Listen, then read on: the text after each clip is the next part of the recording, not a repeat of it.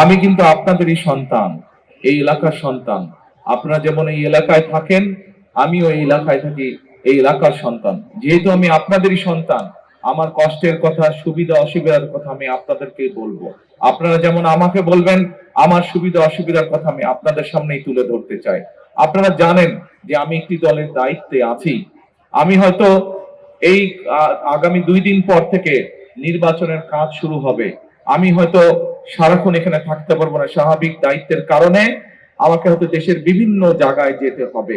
সেই জন্যই আমি আমার মানুষগুলোর কাছে, আমার এলাকার মানুষের কাছে, যে এলাকার সন্তান আমি, সেই এলাকার মুরব্বী সহ, সেই এলাকার মা বোন সহ ভাইদের কাছে, সকলের কাছে আমি করজোরে বিনীত অনুরোধ করব, আমি যেহেতু আপনাদেরই সন্তান, এই এলাকার মানুষ আমি আপনাদের মতন, কাজেই আমার কথাগুলো এই এলাকার যে মানুষ আজকে এখানে আসতে পারেননি, আমার হয়ে আপনারা সেই কথাগুলো দয়া করে তাদের কাছে পৌঁছে দিবেন ইনশাআল্লাহ।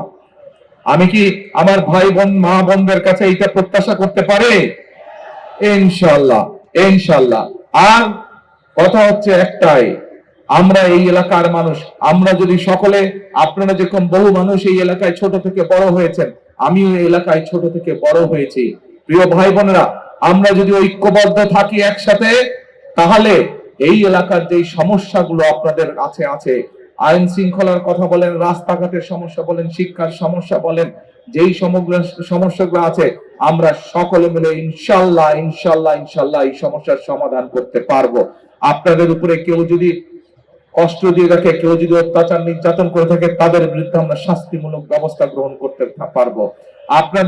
আপনাদের কাছে থেকে কেউ যদি জোর করে এই কারেন্ট বিল, পানির বিল, গ্যাসের বিল জোর করে নিয়ে থাকে, এই যে একটু আগে একটা পরিকল্পনার কথা বলেছি, ইনশাআল্লাহ আল্লাহর রহমতে সেই পরিকল্পনা বাস্তবায়ন করতে পারলে, আল্লাহ যদি রহম করেন, আল্লাহ আমরা বাস্তবায়ন করতে পারলে, কেউ জোর করে আপনাদের কাছ থেকে কিছু নিতে পারবে না। যা মিটার বলবে, যা সরকারের থাকবে, আপনারা শুধু সেটাই দিবে।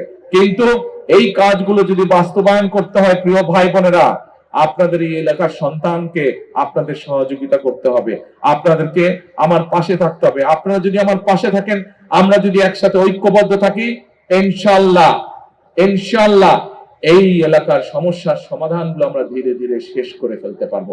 আবারও আমি আমার এলাকাবাসীর কাছে, আমি আমার ভাই বোন মা বোনদের কাছে আবারও সহযোগিতা কামনা করে আমার বক্তব্য শেষ করছি।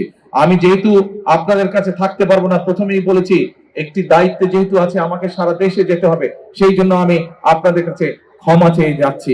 আমার হয়ে আপনারা আমার পাশে থাকবেন, আমার হয়ে আমার কথাগুলো আপনারা এই এলাকার সকল মানুষের কাছে দয়া করে পৌঁছে দিবেন, সেই প্রত্যাশা রেখে আমি যাচ্ছি। ইনশাআল্লাহ আবার দেখা হবে আপনাদের সাথে, আবার কথা হবে আপনাদের সাথে। এরপরে আমরা একসাথে কাজ করব এই এলাকার সমস্যার সমাধানের জন্য ইনশাআল্লাহ। আল্লাহ হাফেজ।